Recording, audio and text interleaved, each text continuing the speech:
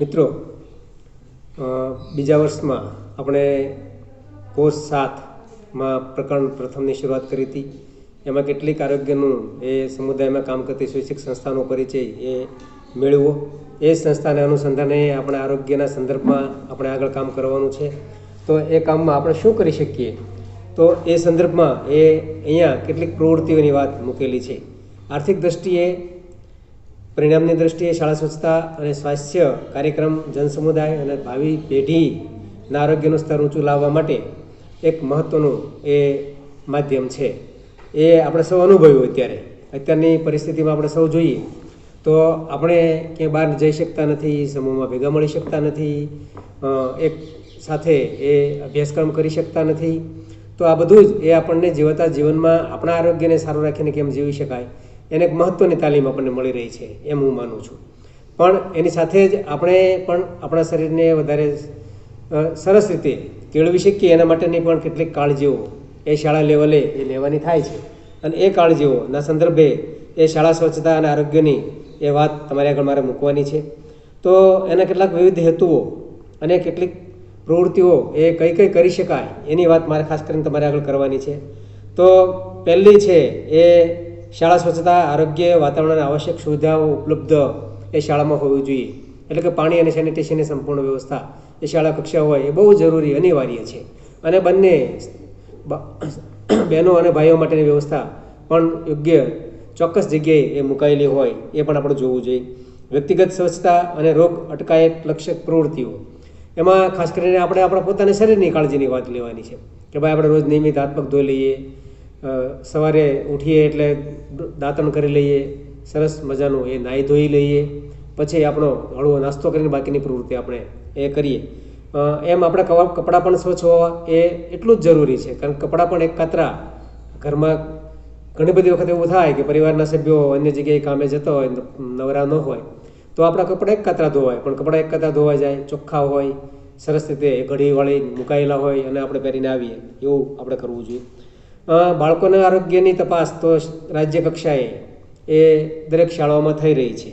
અને એનું નિદાન કોઈક બાળક માટે એવું આવ્યું હોય, દાખલા કે અલ્પદ્રષ્ટિવાળું આવ્યું હોય કે કોઈકમાં લોહીના ટકા ઓછા છે કે કોઈકમાં એ અન્ય બીમારી છે, તો શાળાના શિક્ષકે વિદ્યાર્થીના વાલી સાથે સંપર્ક કરીને, આરોગ્ય કેન્દ્રનો સંપર્ક કરીને વિદ્યાર્થીની જે તે વખતની એ સારવાર તરત જ ચાલુ કરી દેવી જોઈએ, જેથી કરીને એ રોગ આગળ વધતો અટકાવી શકાય.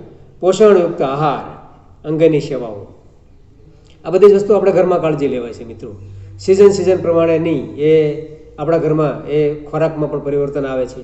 તમે જુઓ તો હવે અત્યારે શિયાળાની સિઝન ચાલે છે, તો મોટાભાગના ઘરમાં એ સાંજે છે એ રીંગણા શેકાતા છે, બાજરાનો રોટલો અને શેકેલા મરચાં. તો આ છે એ એક સહજ ઋતુગત એ ખોરાક પરિવર્તન છે. જેમ માનો કે ઉનાળો આવશે તો ઉનાળામાં પણ એ ખોરાકમાં એવું પરિવર્તન આવવાનું છે. કેટલાક ફ્રૂટ પણ આપણી પાસે અવેલેબલ છે, તો એ ફ્રૂટનો પણ ઉપયોગ એ કરવો જોઈએ. એટલે છતાં આ બધાની કાળજી કેટલાક પરિવારોમાં, કેટલાક આજે હજી પણ આપણે વિચારીએ છીએ એવું નથી, અથવા તો આપણે આંકડા જોઈએ છે એ બધી સાચી હકીકતો નથી.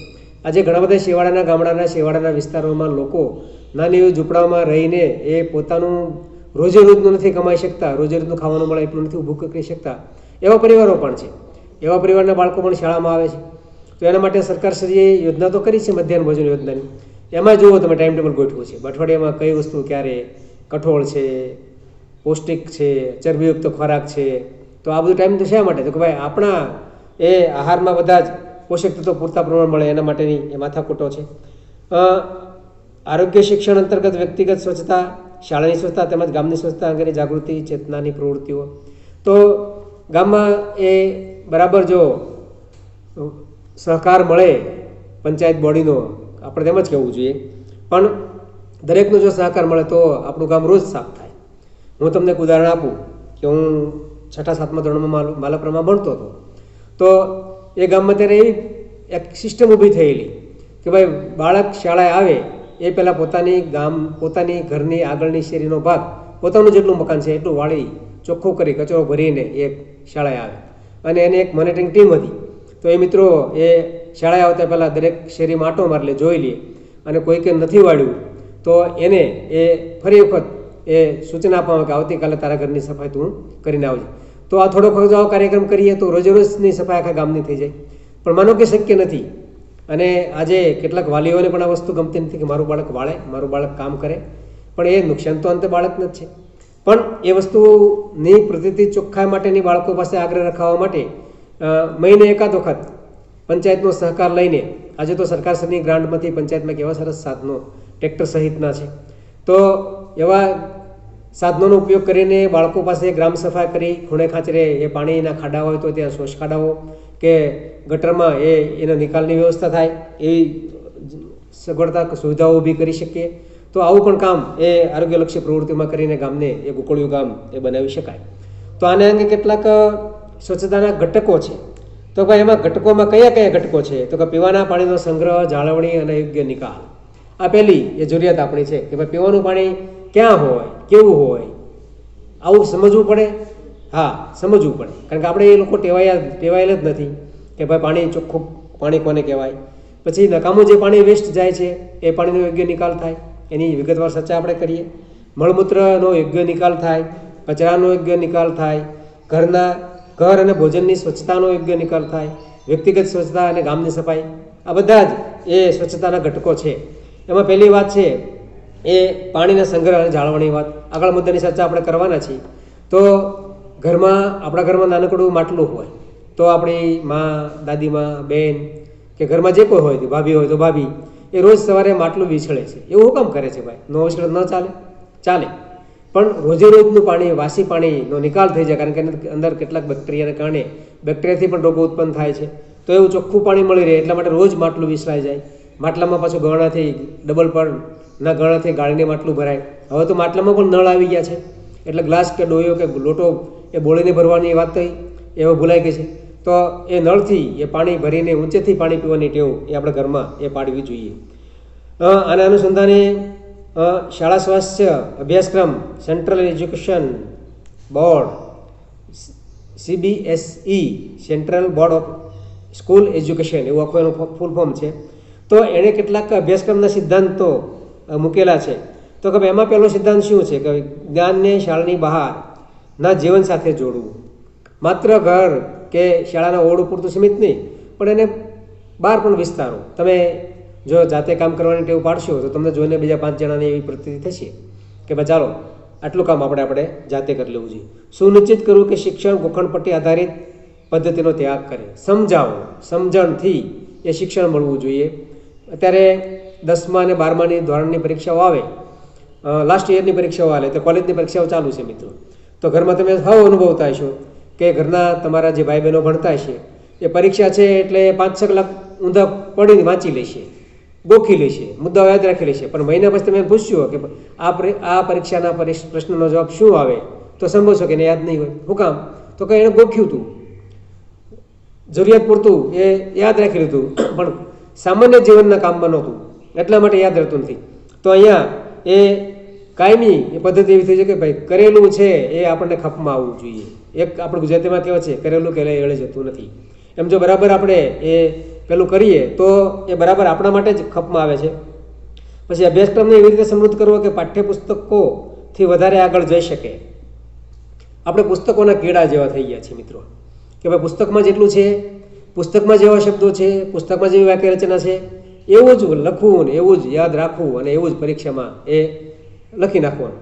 પણ મિત્રો અભ્યાસક્રમ તો આપણને એક માર્ગ દિશા દર્શન કરાવે છે.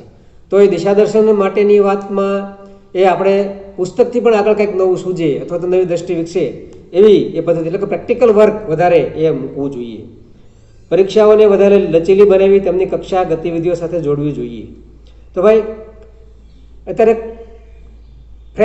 ફોર્મ નક્કી થઈ ગયું છે કે ભાઈ ચોખ્ઠું નક્કી થઈ ગયું છે કે ભાઈ પરીક્ષામાં આ 5 પ્રશ્નોમાં આવા પ્રશ્નો જ પૂછાય. એવું હું કામ ભાઈ? તમે પ્રકરણ પૂરું થયું, અઠવાડિયું પૂરું થયું તો તમે એક રેન્ડમલી પરીક્ષા લઈ લો અને એ પરીક્ષાનું મૂલ્યાંકન કરો. એમાં સહજ રીતે એ રોજિંદા ભણતા અભ્યાસમાં બાળક કેવું શીખ્યો છે એનું મૂલ્યાંકન પણ આપણે કરી શકીએ. આ વસ્તુ એ પાયાની વસ્તુ છે, પણ આપણે કરી શકતા નથી કારણ કે આપણે એ ચોકઠામાં ગોઠવાઈ ગયા છીએ. પરીક્ષા એટલે આ જ પરીક્ષા, 12.5 માર્કની પરીક્ષા, 50 માર્કની પરીક્ષા, 100 માર્કની પરીક્ષા. તો ભાઈ એવું હું કામ? પરીક્ષા તો રોજે રોજની લેવા આવી જોઈએ. જાતનું મૂલ્યાંકન કરો જાતે. ચાલો તમે એક પ્રકરણ વાંચી લીધું, ચોપડે એક બાજુ મૂકી દો, તમારી નોટને પેન લઈને વિચારી લો કે આ પ્રકરણમાં મેં કઈ કઈ વસ્તુમાંથી હું પસાર થયો એના મુદ્દા ટપકાવી લો તો પણ એક સરસ મજાનું હોમવર્ક સાથેનું કામ થઈ શકે. તો આ બધી જ વસ્તુઓ એ આપણા સાથે જોડાયેલી છે.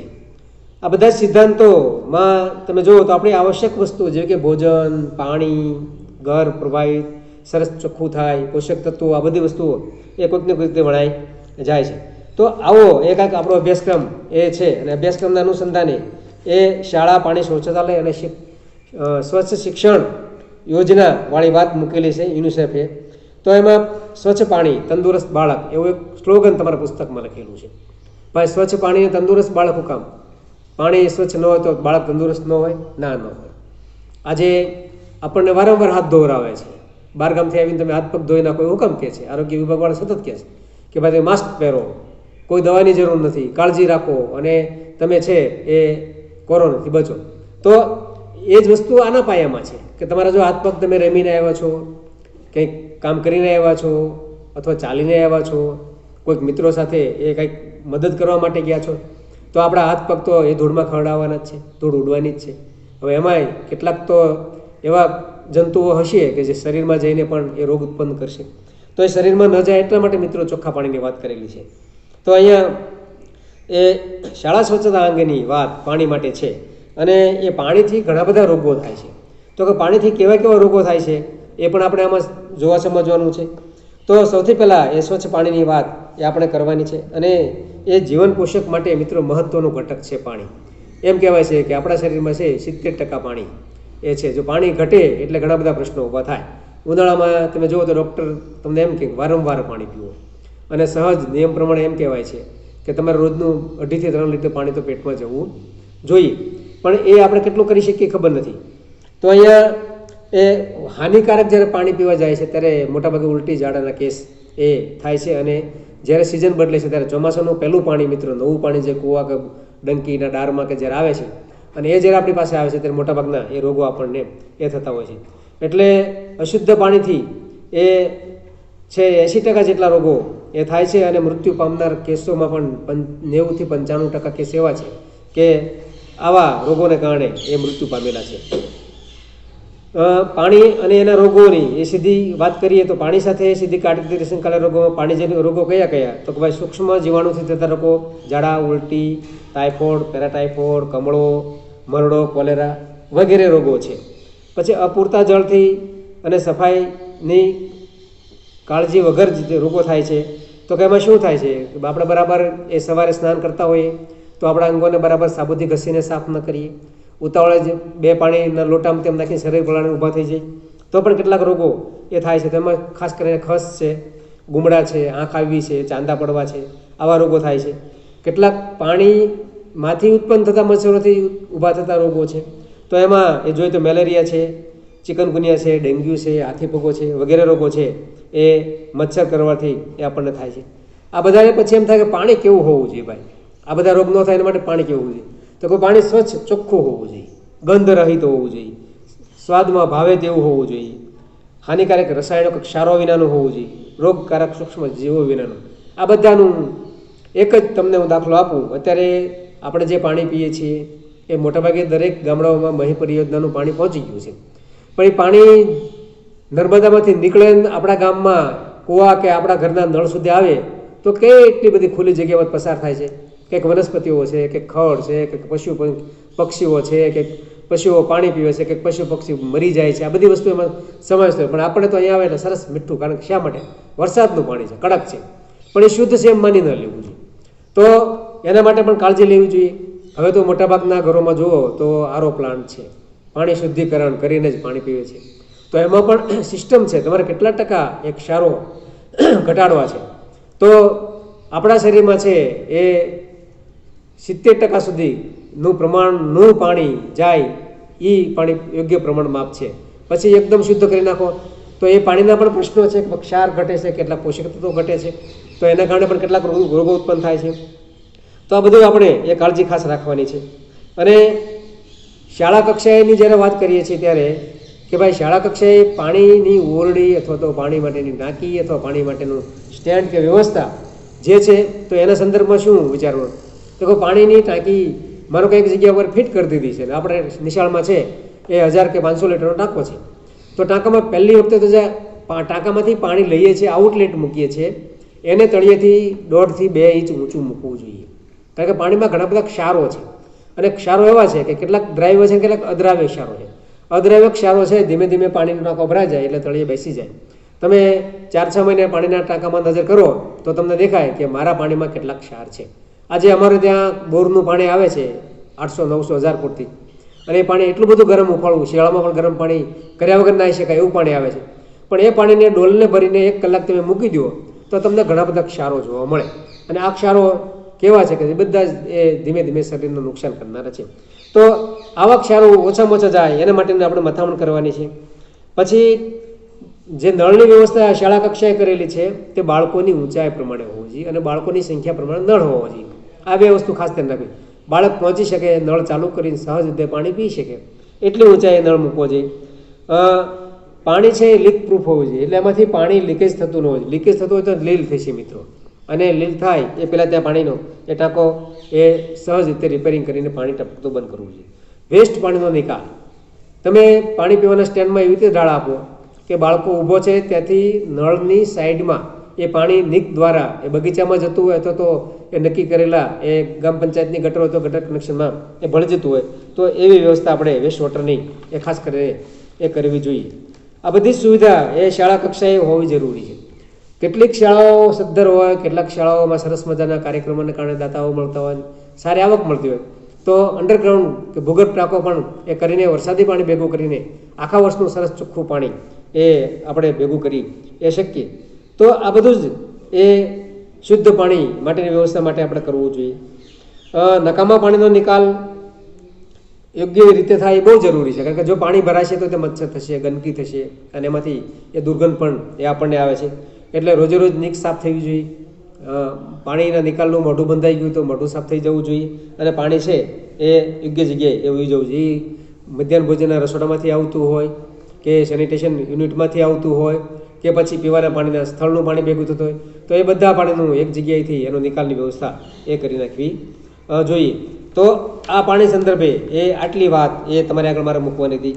હવે બીજી વાત શૌચાલયવાળી વાત છે કે ભાઈ શાળામાં ફરજિયાત શૌચાલય યુનિટ હવે ગવર્મેન્ટે આપી દીધા છે. સારી એવી ગ્રાન્ટથી તમે ધારો એવું યુનિટ બનાવી શકાય.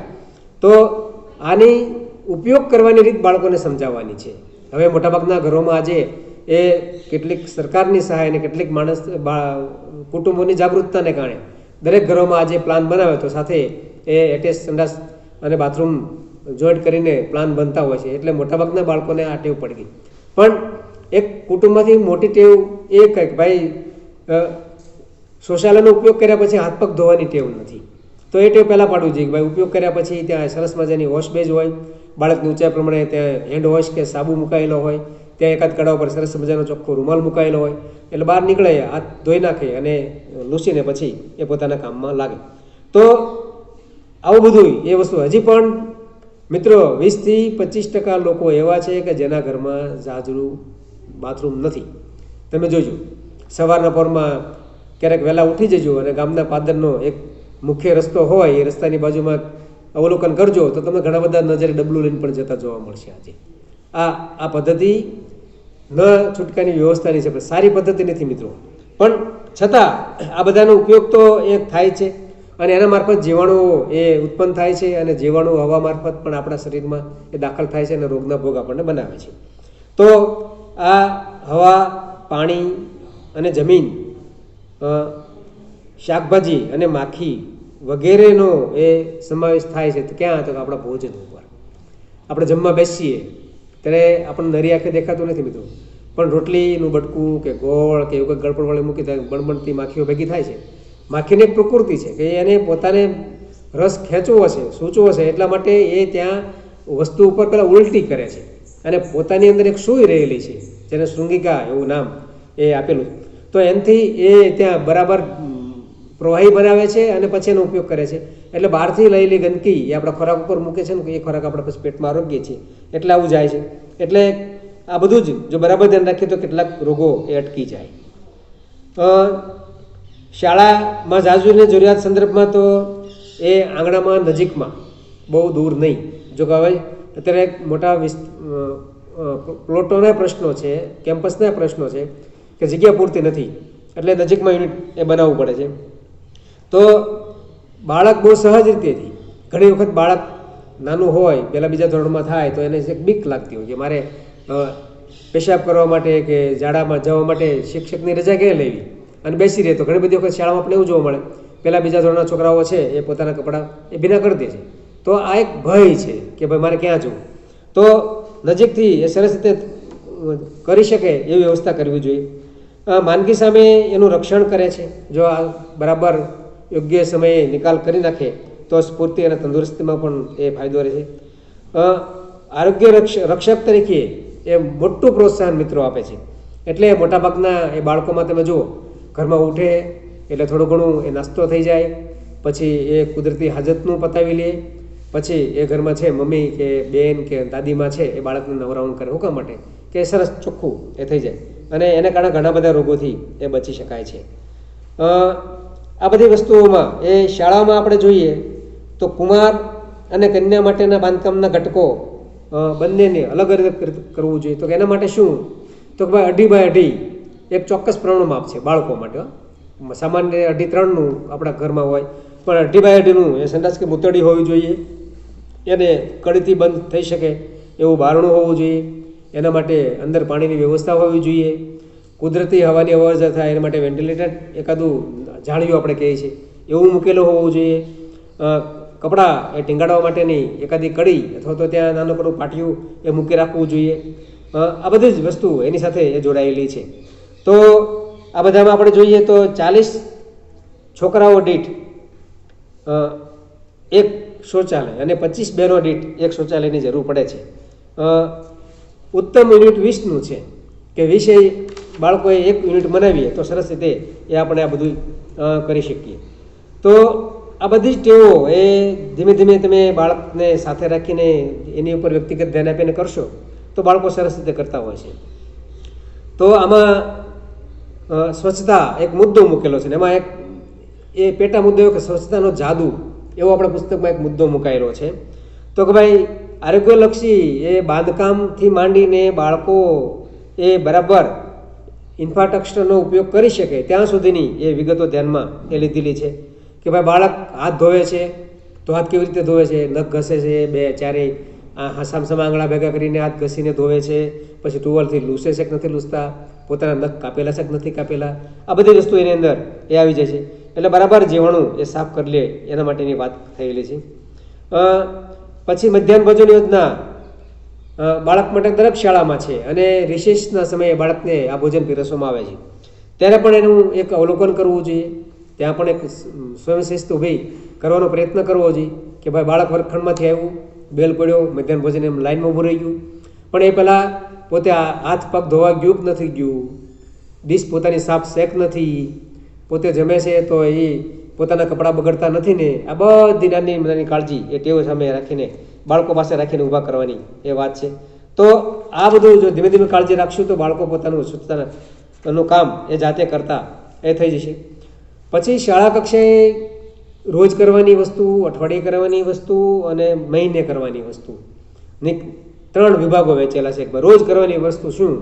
તો કે બાળક શાળામાં આવે એટલે પોતાના વર્ગખંડની સફાઈ કરવાની, શાળાના મકાન આજુબાજુની સફાઈ કરવાની, શાળાના પ્રાંગણની સફાઈ કરવાની, પાણી એ બરાબર ભરાયેલું છે, ગોળા હોય તો માટલા વિછળાઈને બુજારા કે ગ્લાસ સાફ થઈ ગયા કે નહીં એની કાળજી લેવાની છે.